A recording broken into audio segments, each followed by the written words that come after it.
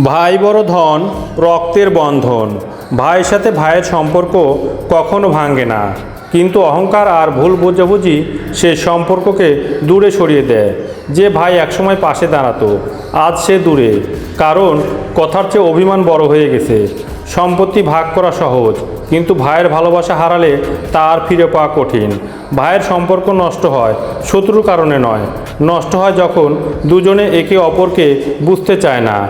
এক ছাদের নিচে বড় হওয়া মানুষগুলো কখনো কখনো দূরে চলে যায়, শুধু একটু মনের দূরত্বের কারণে।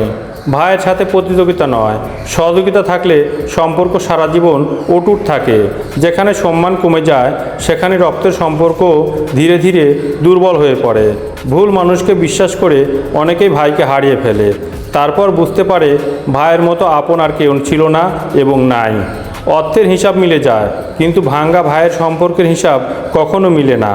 ভাইয়ের সম্পর্ক নষ্ট হওয়ার সবচেয়ে বড় কারণ কথা না বলা আর মনে মনে দূরে সরে যাওয়া। তারপরে একটা কমন সমস্যা হলো, সেটা আপনার, আমার এবং আমাদের সবার বেলায় ঘটে, যেখানে সম্পর্কের ফাটল ধরতে বিন্দু পরিমাণে দ্বিধাবোধ হয় না। যেমন যখন দুই ভাই বিবাহিত জীবনে পদার্পণ করে, তখন দুই ভাইয়ের বউ মিলে সেই ভাইয়ের সম্পর্ককে নষ্ট করার চেষ্টা করে। আর ভাইয়েরাও কত বোকা দেখুন, অর্ধাঙ্গিনীর কথা শুনে ভাইয়ের সাথে রক্তের সম্পর্ক নষ্ট করতে বিন্দু পরিমাণে দ্বিধাবোধ করে না। যে ভাই ছিল খেলার সাথী, পড়ার সাথী এবং বিভিন্ন সময় সুখ দুঃখের সাথী, আজ সেই ভাই বিবাহিত জীবনে পদার্পণ করার পরে বিভিন্ন সামাজিক কুসংস্কার এবং বিভিন্ন মানুষের কথা শুনে সেই ভাইয়ের সাথে সম্পর্ক নষ্ট করে। পরিবার, সমাজ কখনো ভাইয়ের সাথে ভাইয়ের সম্পর্ক নষ্ট করতে বলে নাই, কিন্তু প্রাকৃতিক কিছু কুসংস্কার এবং কিছু দায়িত্বহীনতার কারণে ভাইয়ের সাথে ভাইয়ের সম্পর্ক নষ্ট হয়ে যায়, যা আমরা সবাই জানলেও কেউ তা সহজে স্বীকার করি না। আমরা একজন অপরজনকে দোষারোপ করাই বেশি পছন্দ করি, আর এটাই হলো ভাইয়ের সাথে ভাইয়ের সম্পর্ক নষ্ট হওয়ার মূল কারণ।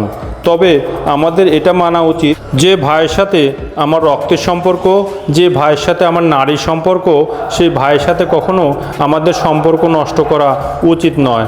তবে এখানে মুখ্য বিষয় হলো অভিমান কিছুটা কাজ করে। এক ভাই আরেক ভাইয়ের প্রতি অভিমান এবং মনের দূরত্বের কারণেই ভাইয়ের সাথে ভাইয়ের সম্পর্ক বেশি নষ্ট হয়। তবে আমাদের সবার উচিত সম্পর্ককে টিকিয়ে রাখতে একজন আরেকজনের প্রতি সহানুভূতিশীল হওয়া। ভিউয়ার্স, আজকে আমার ভিডিওটি এখানেই শেষ করতে যাচ্ছি।